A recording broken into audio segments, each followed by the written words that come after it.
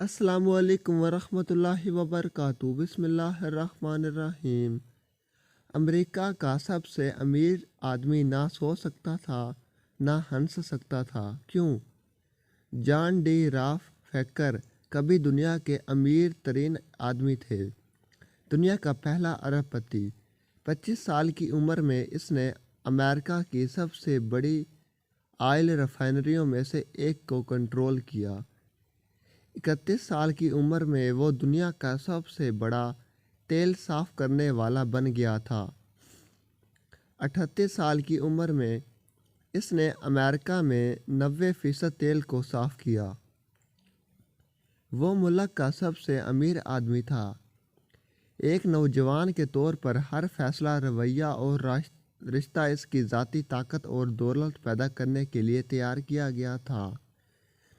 लेकिन 53 साल की उम्र में वो बीमार हो गया। इसका पूरा जिस्म दर्द से लरज़ गया और इसके सारे बाल झड़ गए। मुकम्मल अज़ियत में दुनिया का वाहिद अरबपति अपनी मर्ज़ी के मुताबिक कुछ भी ख़रीद नहीं सकता था। लेकिन वो सिर्फ सूप और क्रैकर हज़म कर सकता था। एक साथी ने लिखा कि वो सो नहीं सकता था, मुस्कुरा नहीं सकता था। वो ज़िंदगी में कोई भी चीज़ इसके लिए कोई मायने नहीं रखती थी। इसके ज़ाती इंतहाई माहिर डॉक्टरों ने पेशगोई की थी कि वो 1 साल के अंदर मर जाएगा। वो साल अज़ियत से आहिस्ता आहिस्ता गुजर गया। जब वह मौत के करीब पहुंचा तो वो एक सुबह इस वहीम एहसास के साथ बेदार हुआ कि वो अपनी दौलत में से कुछ भी अपने साथ अगले जहान में ले जाने के काबिल नहीं है। वीडियो अच्छी लगी तो चैनल को लाइक करें, सब्सक्राइब करें, शेयर करें। घंटी के निशान पर ज़रूर क्लिक करें ताकि हमारी हर वीडियो आपके पास बआसानी पहुंच सके और हमारी हौसला अफजाई हो सके। कमेंट सेक्शन में अपनी राय का इजहार ज़रूर करें। शुक्रिया।